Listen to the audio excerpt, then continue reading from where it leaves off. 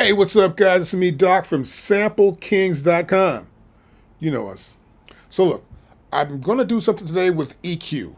Now, I've been doing it before. Something I'm going to show again. This is a bass drum. I hit the pad. Oh, that's a bass drum. That's a snare drum. Ooh. I've got some stuff in here, right? And what I want to do with this stuff is make it bounce more. So what I essentially want to really do is get it to have this kind of feel I want to have to it. And in order to do that, I will need to do a few things. So let's turn this off here. Boom, that's off. And I got a bass drum here. Right here. Good, now I'll play the beat. That sounds pretty cool the way that is, right? Not too bad. I want to get this booming, boom bap thing going on.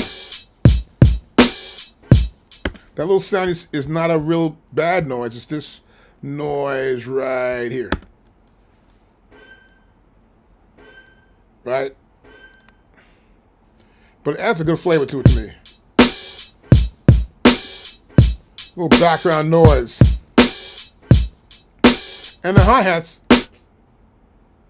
and the snares are good.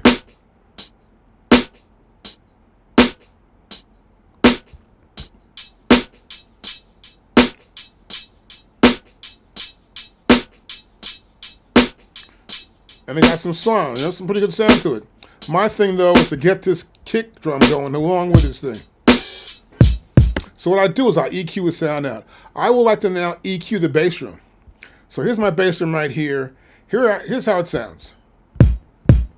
That's pretty good, right? Now I'm going to come in here and make it sound better.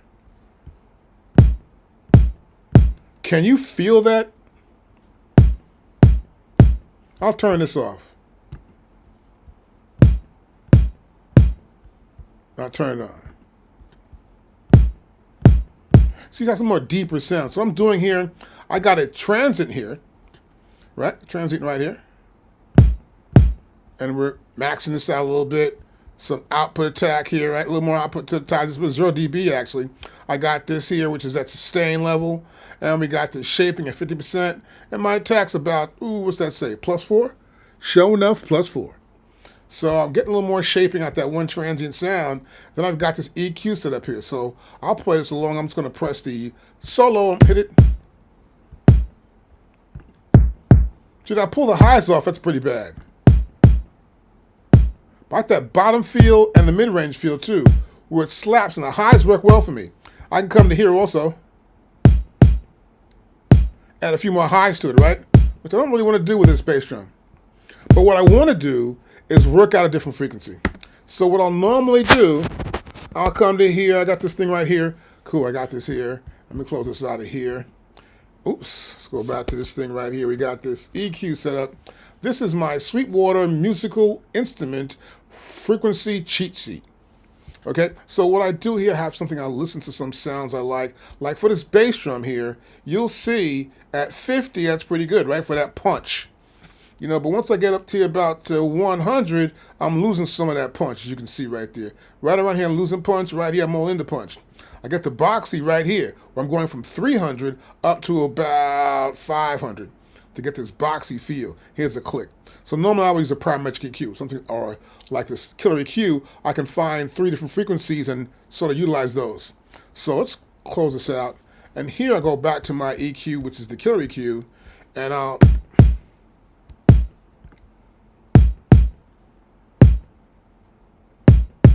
You hear it change? And here I got more bottom at this 559 hertz. I like that pretty much. If I go up higher, it's not bad too. See that? And this is 142.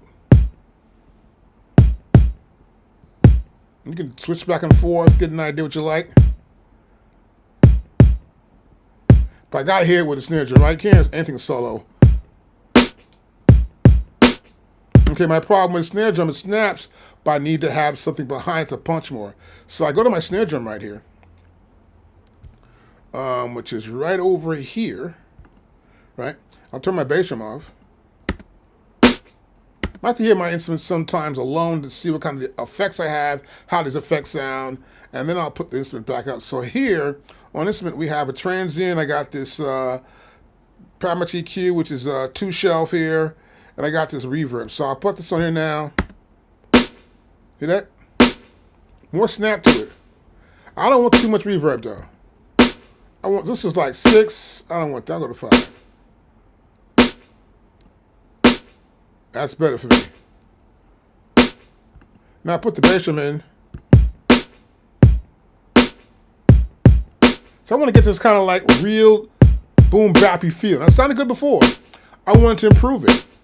And as such, by putting this one in here, I changed my shelf here a little bit.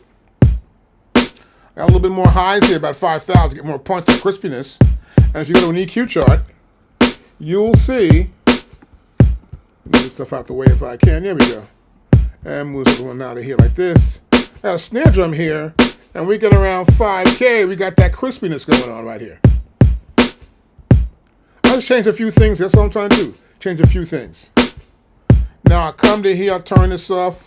I'll just move it off of this edge here. Yeah, that's good. And click this one off. Good. And now I want to put some other sounds in here.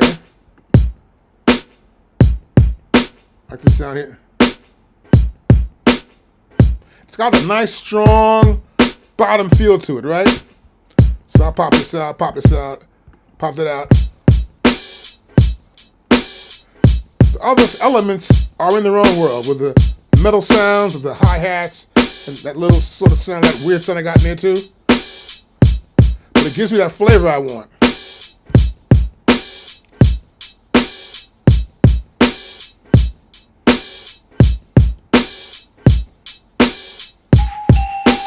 Now I'm getting that groove going here. Something has some reverb to it.